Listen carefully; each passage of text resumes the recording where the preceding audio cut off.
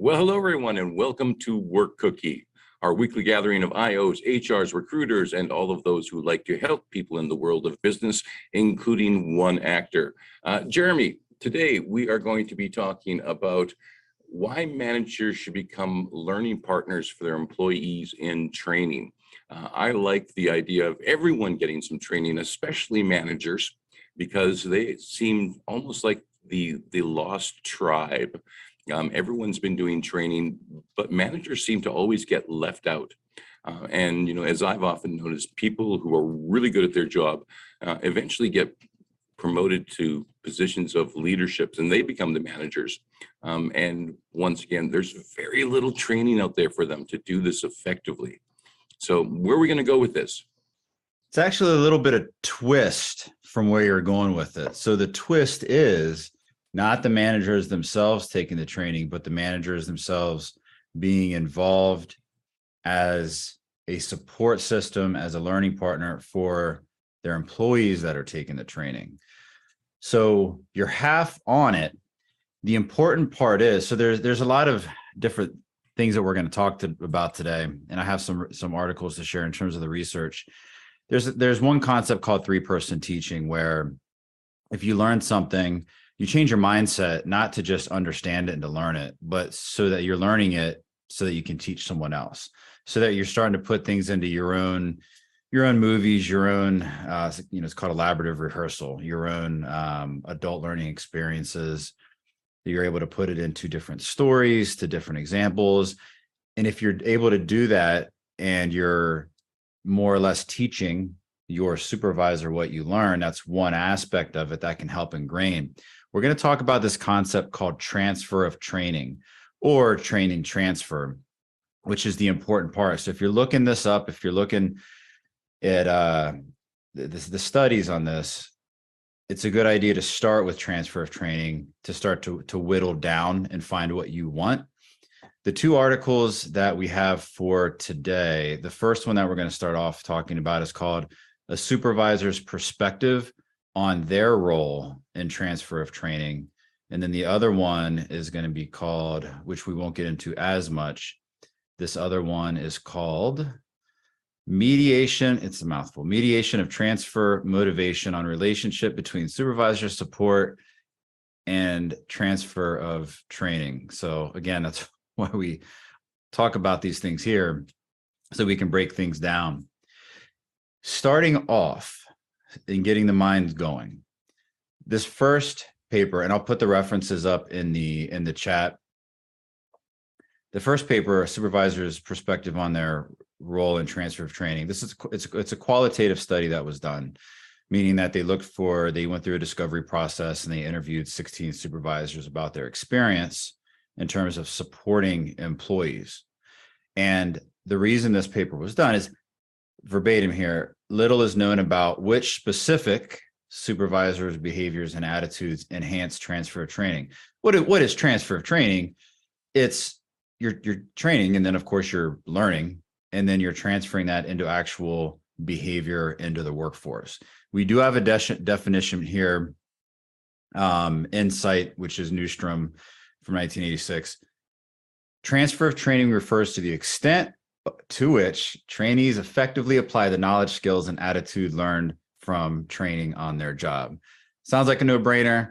Yes, it is. It's nice to put it into context, though, to see what exactly we're talking about. One of the reasons this is an important topic for today, Tom, is that when you look through these papers, and I'm reading, I'm paraphrasing some things here. When you look at the training budgets, it's European organizations spend on average 1.6 of their labor cost on training, and this is a site from 2010.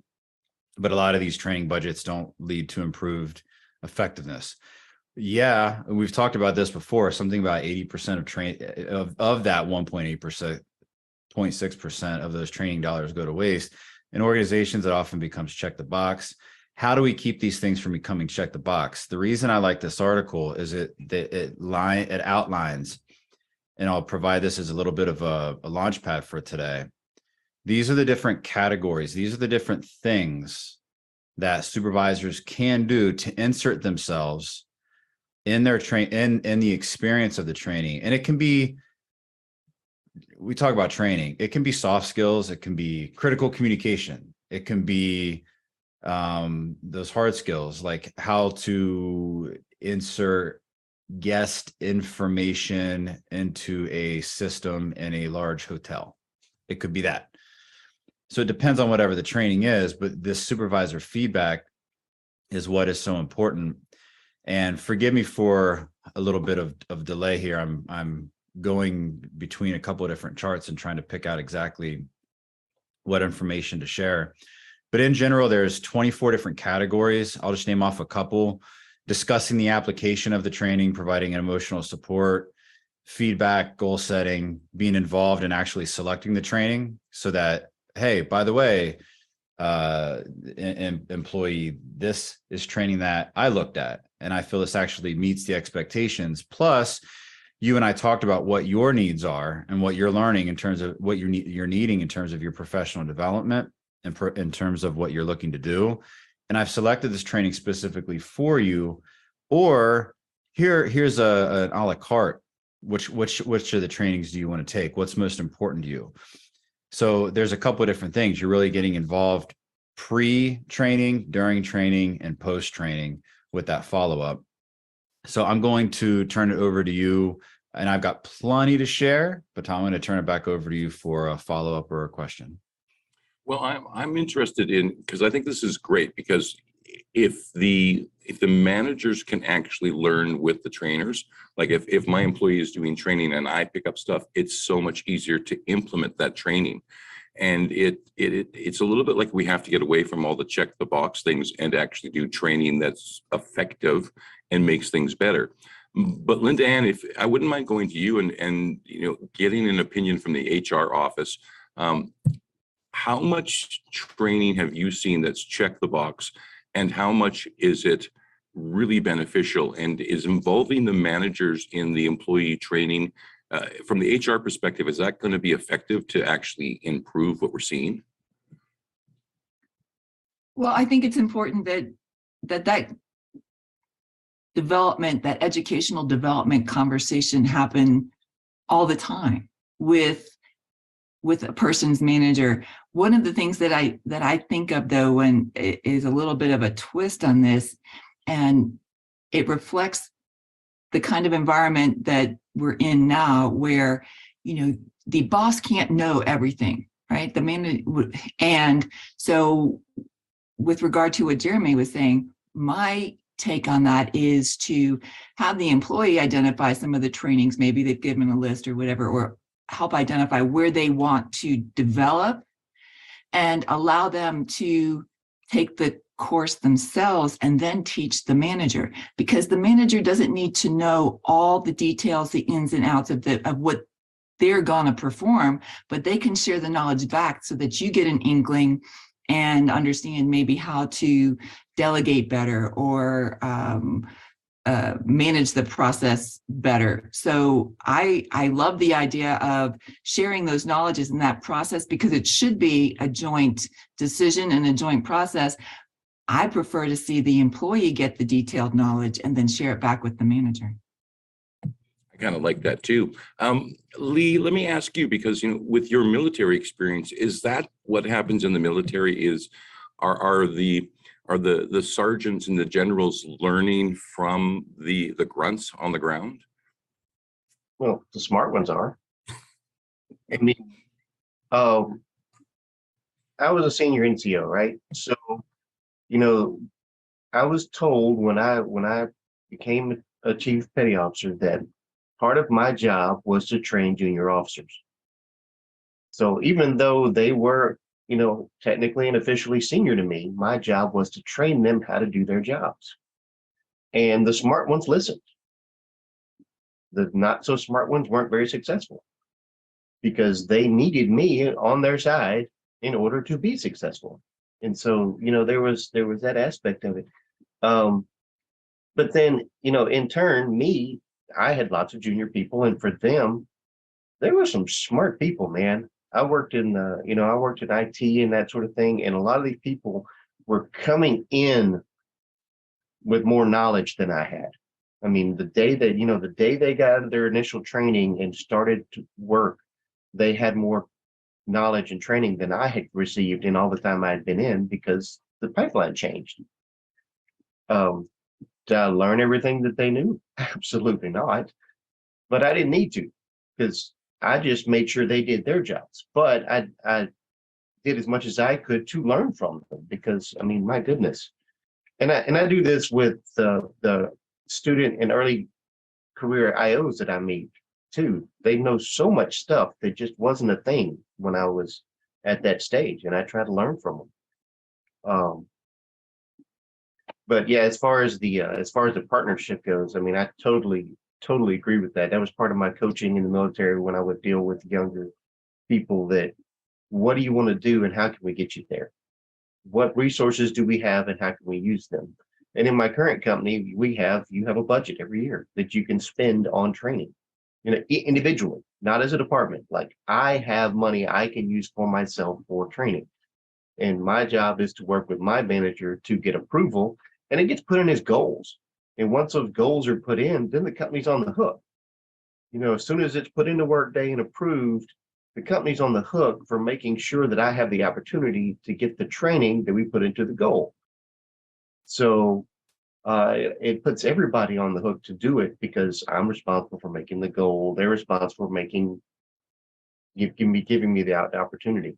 And then I do the same thing going down to my direct reports, which actually works out pretty well. I mean, it gives you that the carrot and the stick to get the training. And then, of course, I like to follow up with people. What'd you learn? Was it good? Was it something that I would benefit from?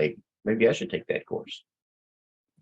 Thank you for that. And if anyone else wants to jump in, just raise your hand. But Dr. Martha, I'd love to go to you next and sort of ask this question: that if organizations are experiencing that they're doing training, they've got a budget for training every single year, but quite often it is check the box and it doesn't seem to be all that effective. What is the conversation we need to have with the executives, the C-suite, about, or maybe it's the HR, the trainers, about how we can change training and how a concept like this is actually beneficial? And all of a sudden, as Jeremy says, we're going to get away from that 80% where it just isn't effective. How do we talk to them on that? Well, I think this is a conversation that needs to happen between multiple parties. So talking to management about what kind of training do we get for the employees and how do we implement it is one part, but I think the employees need to be involved in that. Certainly there are going to be certain trainings that will just have to happen. That's part of the deal. We have to have training on these things, but there also is room for trainings that would be driven by the employees. This is what we need. This is what we're interested in. This is what would benefit us. So I think the conversation needs to have more people involved. And if it takes simple conversations between a manager and some of the employees, then that's what it takes. If it takes something more organized like surveys, then that's what it takes. And there's a certain amount of trial and error that's going to be part of the experience. Some trainings are better than others. Some trainers are better than others. Some students are better than others. So there's a lot that goes into this, and we have to be cognizant of that. And it's so disheartening to hear 80% of the training is just kind of out the window, waste of time, but we do it anyway. Some people do it because they don't want to lose the funding, right? The whatever money they had allotted last year, they don't want to not use it and then not get it for next year. So there's a lot to consider here. But, as I'm listening to others talk, I think about managers. I think there's two schools of thoughts here. There are those managers who they're not expecting or aren't expected to know everybody's job. Their job is to manage people and other resources. But then you have those managers who have come up through the ranks and they've done all the jobs. So they know everybody's job. Those are two very different managers in that aspect. So then what do you do with that? If you have a manager who has a lot of people under him or her, are you really going to work with every individual that took the training that's not realistic in terms of that manager's time. But there is something to be said for partnering. When you think about the concept of learn, do, teach, not only does that solidify what you've learned, you put it into practice, but you also reinforce it within yourself by teaching. So then we go back to conversations and communications between employees and employers. What did you think of this training? What did you learn? What was the best thing about it? What was the worst thing about it? Teach me something. And again, it's going to differ for different situations and different managers. If you're a manager that is pretty far removed from the trenches because you have a lot of people and a lot of managing to do, it's going to be different than if you're a manager of a small group where you're on you have daily interaction with people. So lots to consider there, but the conversation needs to be happening between multiple people at different levels. And there's going to be trial and error, and we're going to have to learn as we go. Yeah, we certainly are. Jeremy, back to you. The question will always remain for those managers, for let's say somebody's listening or watching this and they're saying, okay, I want to do it, but what are the steps and where do I go? I'm going to refer back to, Tom, what you say, hire an IO, ask for one for Christmas. Maybe you'll get an industrial organizational psychologist in your stocking. That would be fantastic. We can do all of the meeting you where you're at and helping your organization to do this and to handhold in a way that's supportive, but also practicing what we preach in terms of transferring what we're showing you so that then we can leave and we give you the skills and we give you the whatever the programs, whatever it may be.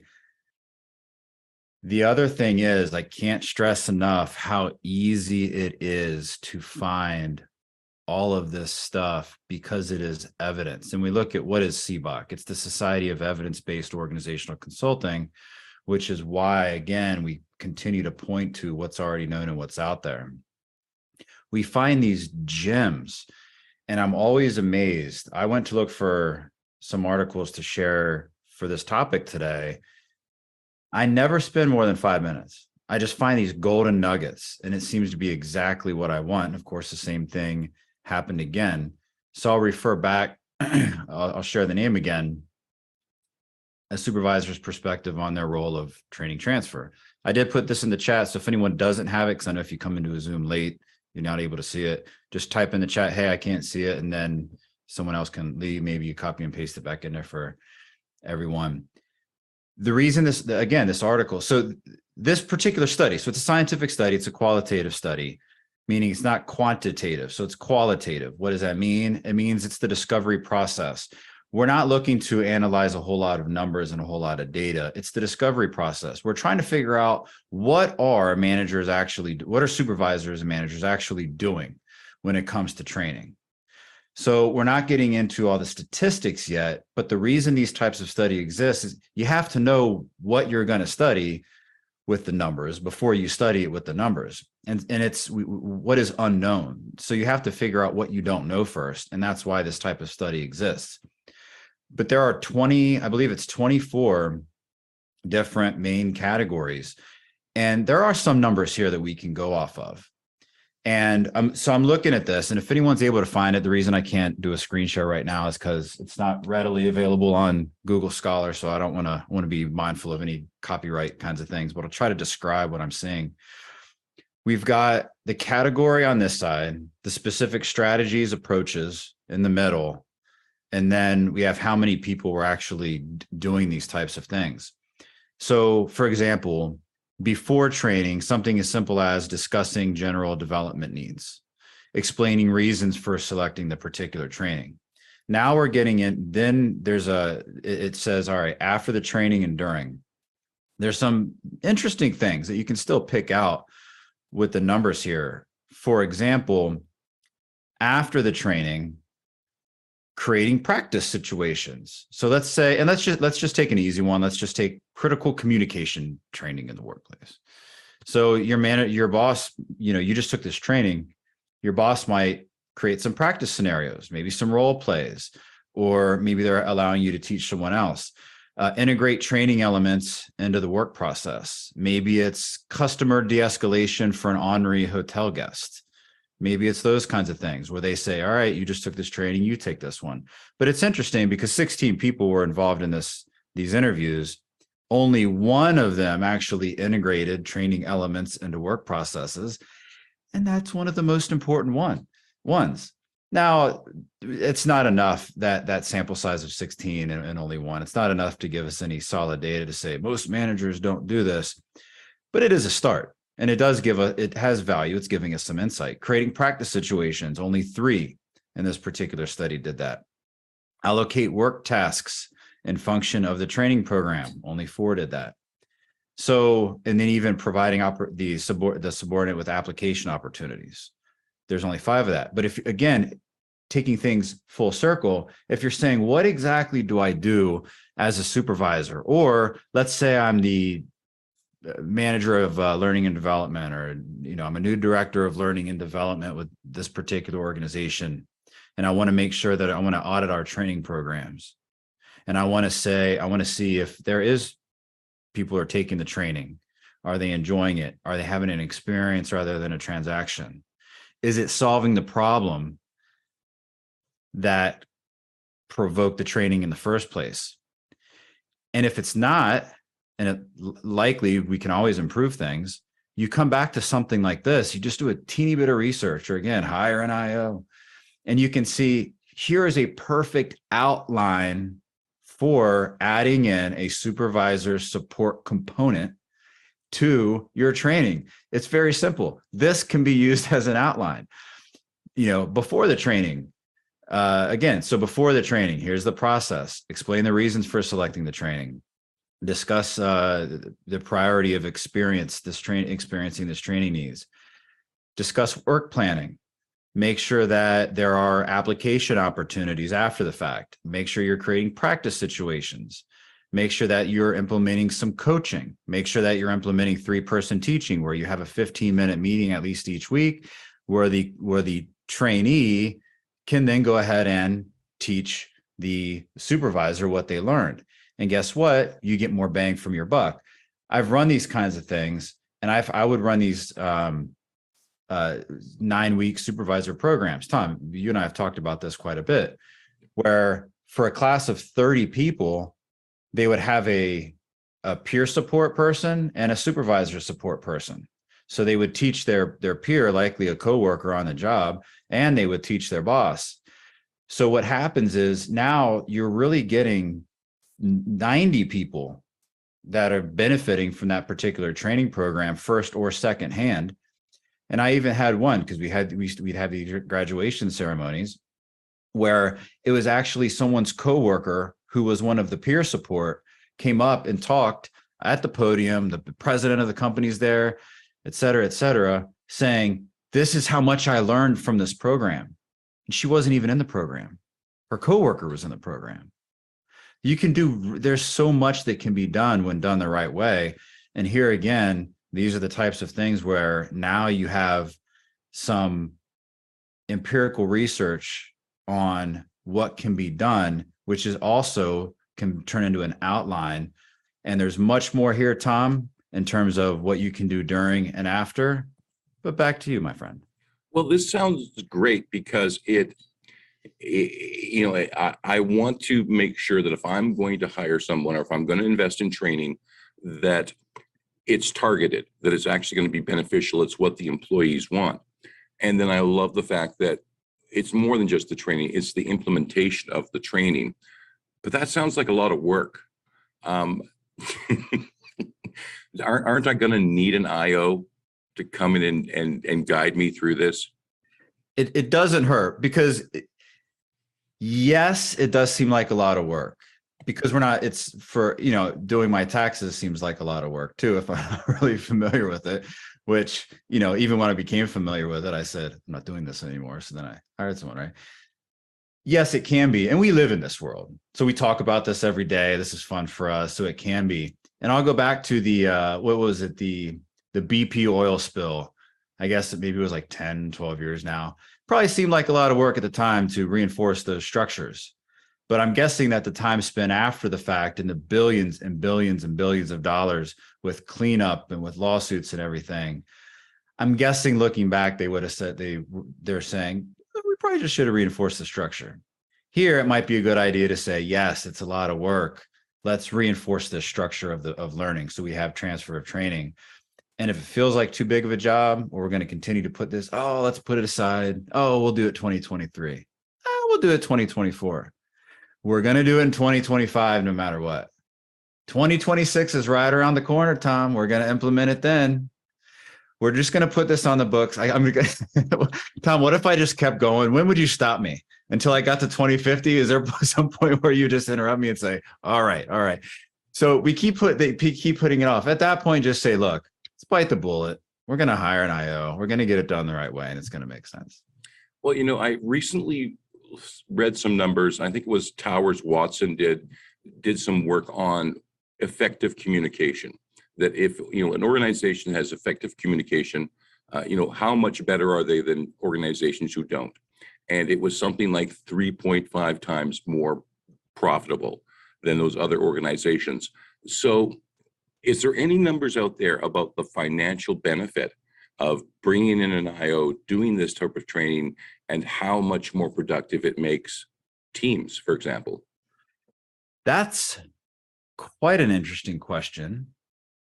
I do not know. And I think that would be interesting because I wonder if there is data on that in terms of field of study practice, whether you're looking at OD consultants, consultants in general, and what might be the return. Because you might even get into different, some companies come in and they have life coaches that just provide support and they meet with them.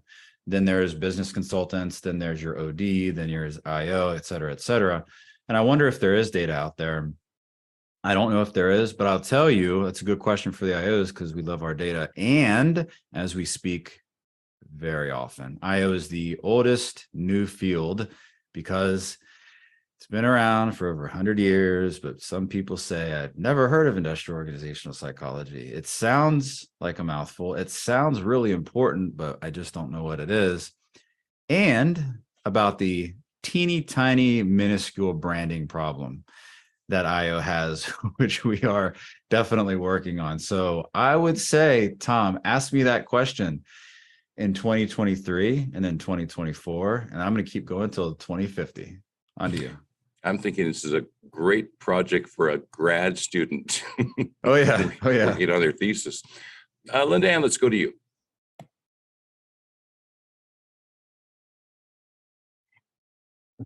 I wanted to share one of the experiences I had at an organization where one of the departments in their weekly meeting once a month, one of the team members did a presentation, an informational presentation and basically taught the team. And whether it was something, some technical knowledge that they particularly had skill at, or if it was something from outside that they were sharing with the team, it was done on a regular basis. Everybody worked through, everybody took turns. There was a lot of value in that on a lot of different levels. One was, practice getting up and speaking, as a professional, that can also help them when they're interfacing with clients. It helped develop an area of expertise recognition within the team and the organization.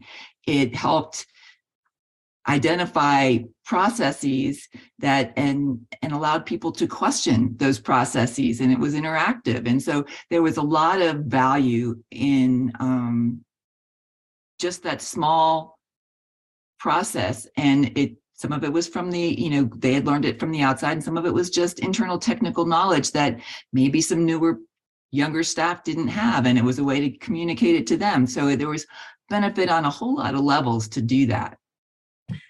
At the same time, I think this is absolutely great and a wonderful thing to be doing, to share that information and knowledge. But I know there's going to be people out there who are going to go, well, if I teach you everything about my job, why would you need me? Well, Lee has the perfect answer to that, because I've heard him tell tell people that, well, then there's no room for you to, there's no reason to promote you, right? Because there's nobody to take your place. So yeah, that's a scarcity mindset, really. And nobody's so good that you can't do their job. And if you're really good at what you do, there's always work for you. I like that. Dr. Martha, let's go to you. I want to go back to what Dr. Jeremy said about reinforcing that structure, because, you know, when you look at the statistics of how ineffective training seems to be, or something gets lost at some point, right? A company invests in the training, the employees attend the training, and then what? Something gets lost somewhere along the way. So think about if there were more proactivity on this, there would be so many things that are improved, including that sad little statistic about how ineffective training seems to be, but it would be improvements across the board. So, you know, I think this has to be a topic of conversation that IOs across the board just bring up to their clients, because unless you bring it up to someone, they're probably not even thinking about it. And I can tell you from experience that there are times when somebody in an organization is aware of an issue, does understand the benefit of being proactive, but they're pushing it off because let me retire in peace and my replacement can bother with it. Because yes, it is a lot of work initially, right? But that's where IOs come in. And I think we need to take on that responsibility of being more vocal about it, because unless we present that for what it is, it's so easy for this to get lost in an organization and not become a priority, and just back to checking the boxes and belly aching about the ineffectiveness of the training we paid for once again. Well, in North America, every organization is looking for a competitive edge. Isn't this the competitive edge that they're looking for? Well, they're looking for a competitive edge as long as they don't have to do anything. So let me tell you a story of what I encountered in an organization with multiple branches across the country. One branch, they had a particularly successful sales team, a very successful manager, and the company, they were just chomping at the bits. They were salivating at the idea of multiplying this guy across the country in the different branches. And he said, okay, I will come up with a program and we will get every office to have a version of our team. And when he laid out what needed to be done, it fizzled out like that, because nobody wanted to do anything. They just magically wanted this guy to climb in a copier and make copies of himself, I guess. They didn't want to do what needs to be done. So every time, of course, people want the edge. What are they going to say? I don't want the edge. Oh, I don't need any more money. That's crazy. Of course they want the edge. But are they willing to do what it takes? Most of them are not. And that's the sad truth. Boy, is it ever. And maybe that's, we're going to take that clip of what you just said and put that on social media everywhere. Lee, let's go to you. The very first thing that popped into my head just now was we just watched the Santa Claus movie where Tim Allen goes to the little duplicator and makes the toy Santa. And I really kind of see it working out the same way. If you've seen the movie, you know what I'm talking about, but I'm not going to spoil it if you haven't. Anyway, one thing that I think we have to work with it in a lot of these companies that have an L&D department is just like we were talking about earlier, not, the fear, the holding it close, to get them past, I'm the only one who can do training. Because if other people are doing training, well, then what do you need me for? So if we can get past that, and then we can work to spread that out to where they're not the sole purveyors of training. Because let's face it, nobody's a master of everything, right? And even if you try, you're just going to fail, and then all this money, the 80%, blah blah blah, all that stuff we've been talking about. I worked for a company that they had a dedicated training team. But what they did is oftentimes they facilitated having someone else present training so that they would work with the person within the department. We're going to get you a room. We're going to get you a smart board. We're going to, do you need handouts? We can make you copies. Do you need a survey? They would work with them to help them to do the actual facilitation of the training. And then they would work with the person in preparing any kind of presentation that they wanted to do as a training, and at that time I was not part of the training department, but I did perform training for the company and I worked with them. And so things that I knew about in my daily job that they did not, I presented training on. And other people within the company were able to do that as well. And so we were able to spread that. I mean, they didn't have to hire more L&D people. They didn't need more SMEs because we had them right there. And, those of us who were willing to step up and do these things, we got a little bit of time away from our desks. We got to do something a little different, and you learn more as you teach. We all know this, because you got to dig deep. You got to be able to answer questions, and it really makes you more of a subject matter expert when you have to be that person. Yeah, we should always be learning. You can learn so much just by sitting in programs with really good trainers. Linda Ann, let's go to you. I think one of the things that we need to do is make sure employees understand the concept of continuous learning, because some people they might get their certifications in a specific industry, or whatever, but that you have to make yourself constantly relevant, right? Because things change so quickly anymore. And I've been in situations where I had team members that I had to really push what certification, what training can we provide you to make you better? But there's a mindset of a leader to make sure that you are providing that information and mindset, that's an expectation, that you constantly learn and you constantly get better. Yes, you might move on from that particular manager. That means you were a good manager because you fostered their growth as an individual. But by elevating your team's capabilities, it elevates what you're able to do, how you function, all of those kinds of things. So it's really give it away and it'll come back, right? Do we have to get away? Because, when I'm thinking of organizations, there's a mindset of, the cream rises to the top, and it's very competitive and it's more focused on the individual, but there's a different mindset of a team atmosphere that we all need to be rowing in the same direction to get there. So do we have to sort of change the mindset of business a little bit, where we're focusing more on the team and elevating people on the team and rising together?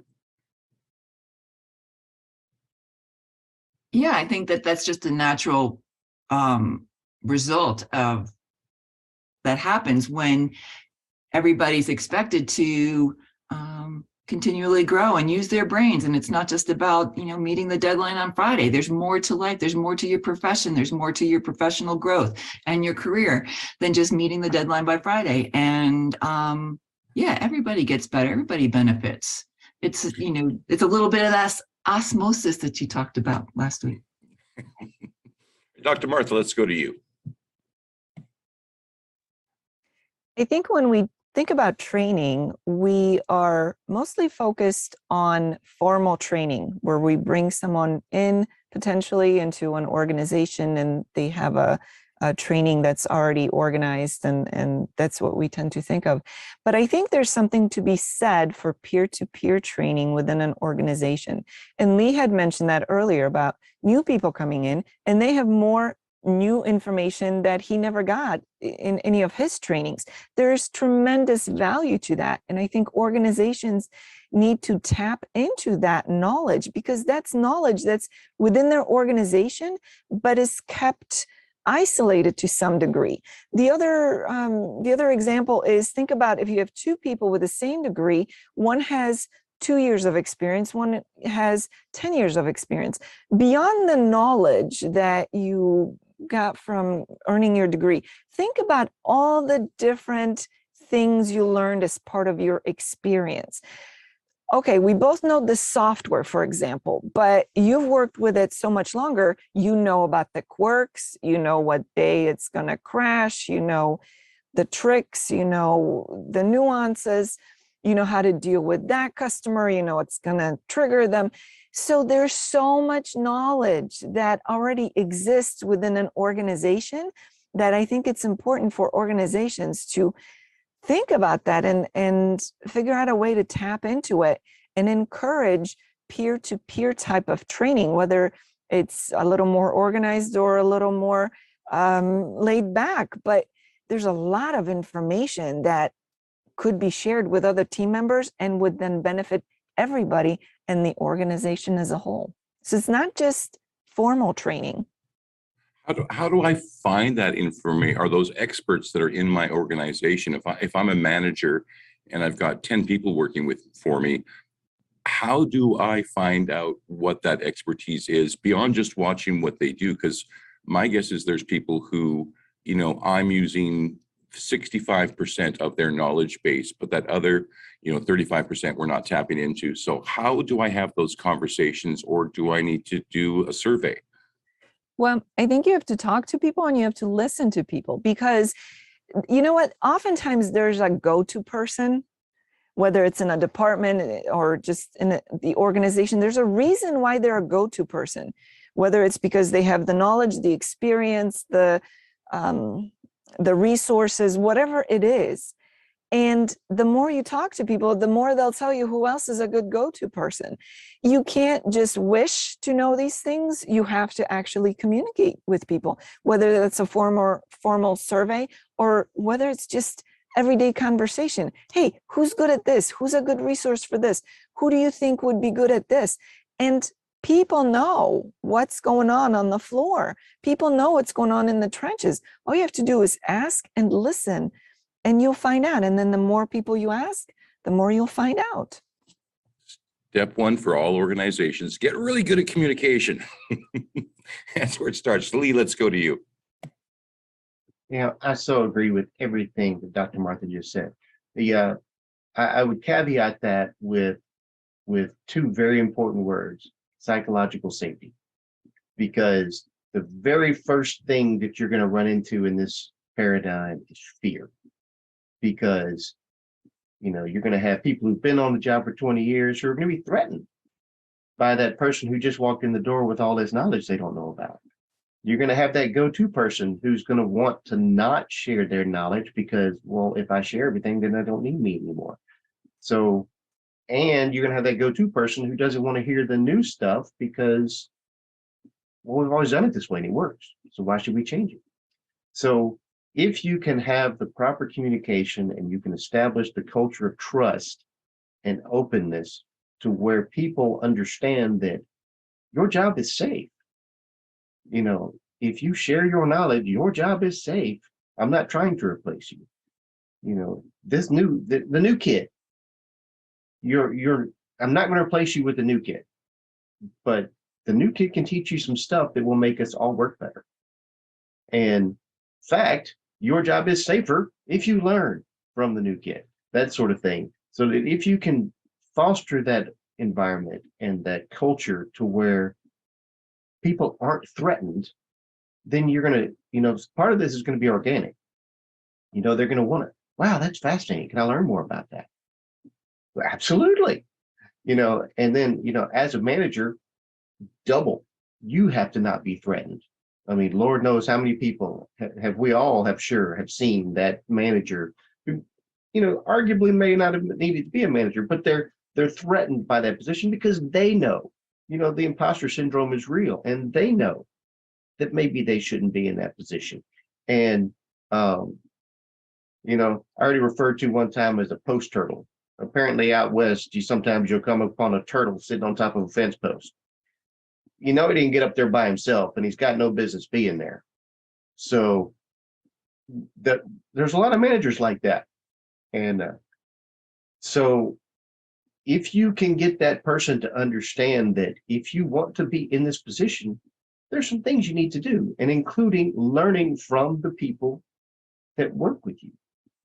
And I mean, Dale Carnegie, said he didn't know anything about steel industry. He was just smart enough to hire people who did. And he was obviously quite wealthy. So there you go. So like I've actually seen situations where the young guy comes in and they've got this wonderful knowledge base. They want to share the knowledge, but they get shut down. Oh, happens all the time. Yeah. And just kills their soul. And either they become an ineffective employee or they become an ex-employee. And I think that's the path I'm seeing. Voluntary or not. Yeah. It's terrible. It's terrible. There are so many people out there. And especially with these younger generations, it is a huge thing that they have to feel like they are making a difference. I mean, it's Yes. the culture of that generation. And, Simon Sinek had a real good thing talking about that. They're like, well, I'm planning on leaving. Why? You only been there 3 months. Well, I don't feel like I'm making a difference. You've been there 3 months, but that's incumbent upon the culture of the company and the people who've been there a while to make people feel a part of the team that they are contributing. Maybe you didn't change the world today, but you made it a little bit nicer. Yeah, they want to be part of something bigger than themselves. They want to have that feeling of contributing. So good on them. I love the fact that they want to make these type of changes. And I think you're right. I think we need to listen more to them. Linda Ann, let's go to you. So just to go to your question, Tom, about, how do you find those people in the organization? That was part of our performance review information. When they did their self-review, there were questions about, remind us of a skill or a superpower or whatever that you have that we aren't using or that we don't remember, remind us of what that is. What do you want? What kind of projects do you want to work on? Where do you want it? And to ask those questions and have those discussions at least on an annual basis, so that number one, when the person who is delegating work to you has different things, they go, oh yeah, they wanted to work on this kind of thing. And they know that. And you can then also, and it's a kind of private conversation in your performance review, you can say what you want and what you don't want. Like if I never have to work on this kind of project again, I'd be okay. So it's really, but again, it's that psychological safety that you create in those environments so that they can feel comfortable saying, oh yeah, I really want to do that. And then when that project comes up or when that opportunity comes up, they can remind somebody, yeah, I said I wanted to do that. Can I do it? And really foster those kinds of communications. But again, it has to be a purposeful effort to say, what can you do that makes everybody better that you would really like to do? My next question, and maybe this is the answer, but it's how do we make people feel more comfortable talking to HR? Because, usually people, if they have to go, first of all, they don't want to go and talk to HR because, they're either in trouble or they might get somebody in trouble, but usually it's because, they're not feeling maybe that they're respected in the organization. But it's hard for people to open that door into HR because there's a fear factor there. How do we overcome that? That's really incumbent on the person in HR. It really is. And one of the things that I would do, both as a manager and as a person in human resources, is just invite people in to have conversations. So how's it going? Whatever. So that it was never like coming to the principal's office, right? And so, maybe it was just, I heard through the grapevine that you did a great job on that particular project or whatever, or when as far as a manager, just come in and say, how's it going? And did this go well or whatever, so that they never knew, was it a good thing or a bad thing? It was never just one way. It was, because sometimes it was chocolate candy and sometimes it maybe wasn't, but it was the opportunity for both of those things. I like that. Jeremy, back to you. Tom, so I'm going to go off topic, but very much on topic at the same time. I'm going to balance that. Tom, you're an actor. Are you a movie buff too? Do you know movie characters and all that kind of stuff? Only for the movies I like. Okay. Who is the actress in Throw Mama from the Train? Does anyone remember? Oh, I think it was, I don't know if it was, I don't know if it was her, or if it was somebody else. But there was a show probably about 10, 12 years ago where it was an attorney, and it's called Throw Mama from the Train, but that was a long time ago movie. But there was a series where this woman, I think that was the same actress. She was an attorney, and it was this whole series, kind of like a drama series on her being an attorney. It was really good. I remember liking it. And there was one episode where I think at the end of each episode, she'll sit there and write in her journal, kind of, at night.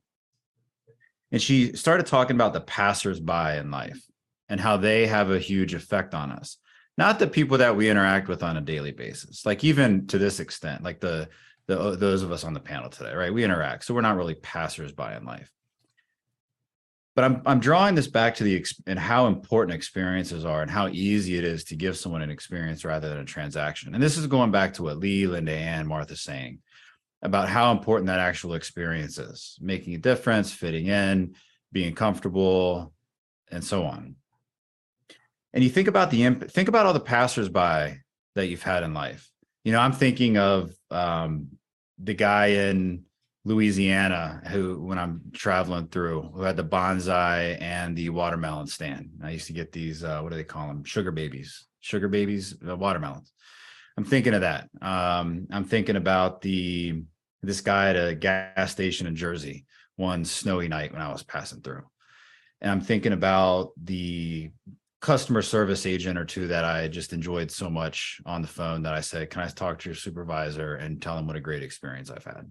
So those are your passersby in life. And I'm sitting here thinking I can think of many more, but hey, I don't want to bore you with that.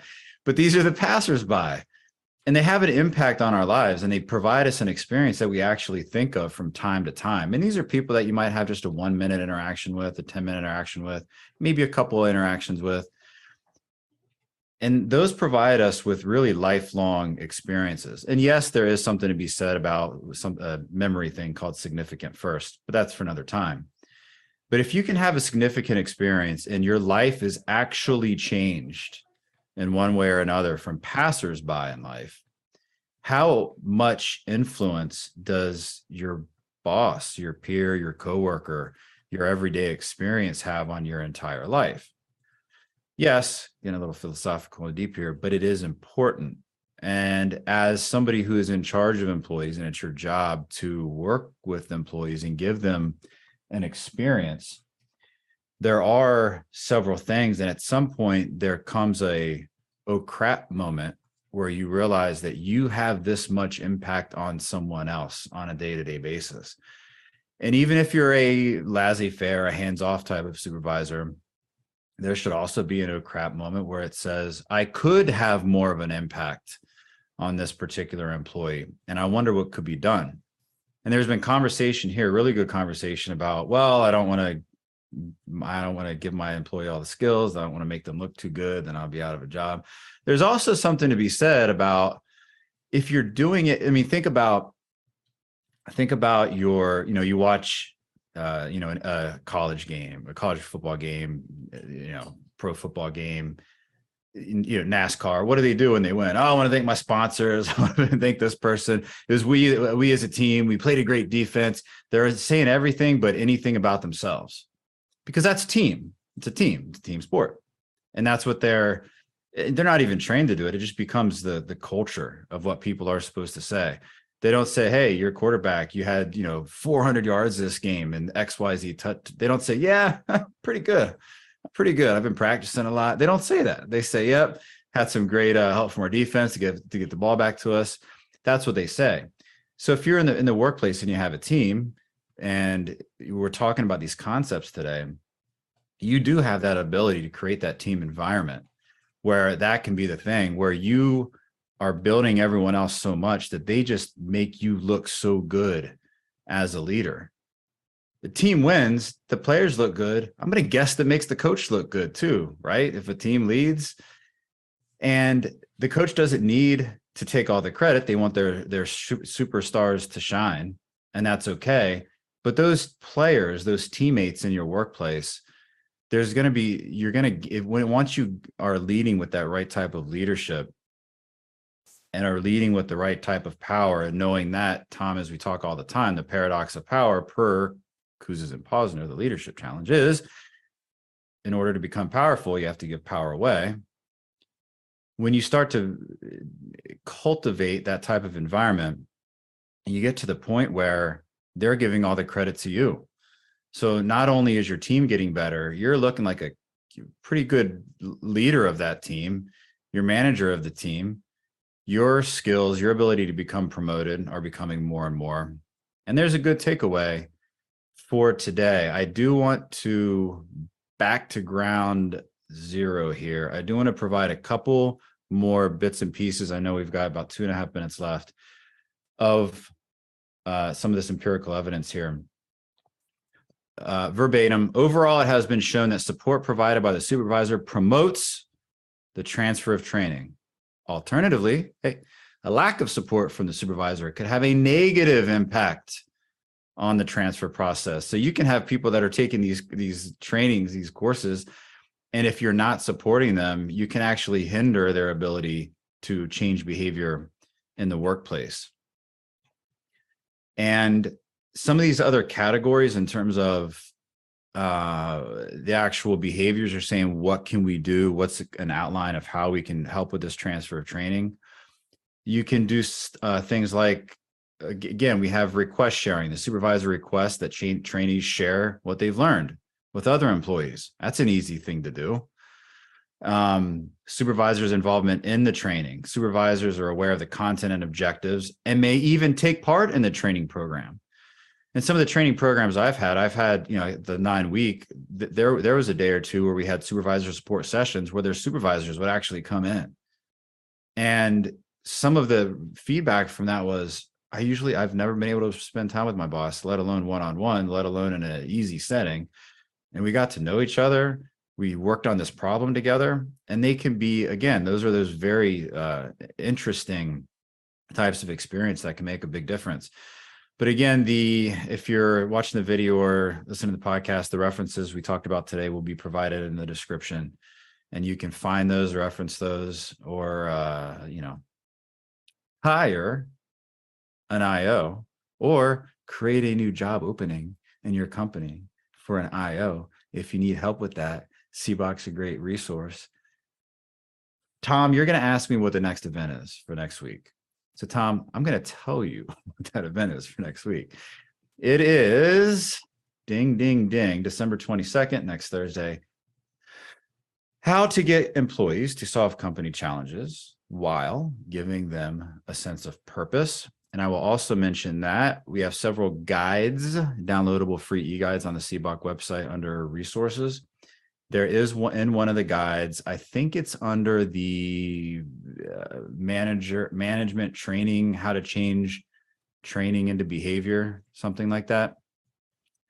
And in there is the discussion about a supervisor support session. So there will be an extra takeaway for those.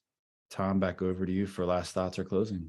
Well, I was just going to say also it's the third Thursday of the month coming up, or third Friday, sorry, of the month coming up. So the CBOC IO Career Pathfinder peer group meetup is happening tomorrow, I believe. And that's an event for CBOC IO Career Pathfinder members only. So if you're listening to the podcast, do yourself a favor and look about joining up as a Pathfinder member. And then the momentum session on December 20th, Jeremy. Yes, we do a momentum session every other week. That's for any members that we have, corporate, expert, Pathfinder. And those are just what they are. They're momentum sessions. Some really great things come out of those. Tom, you've been to, I think, almost everyone. And we've got people that post on LinkedIn after about, hey, it helped me do this, it helped me do this. So really great things going on that we do. Good community we have. Yeah, and we're asking individuals to reach out to us to join CBOC and look for us for help. But let's not forget, there's a lot of help here for each and every single one of us. And with that, Jeremy, I think it's time for us to wrap up. So if you want to count us out, it's been a great pleasure, everyone, and we'll talk to you again next week. Dynamic as always, everyone. Counting out in 5, 4, 3, 2, and 1.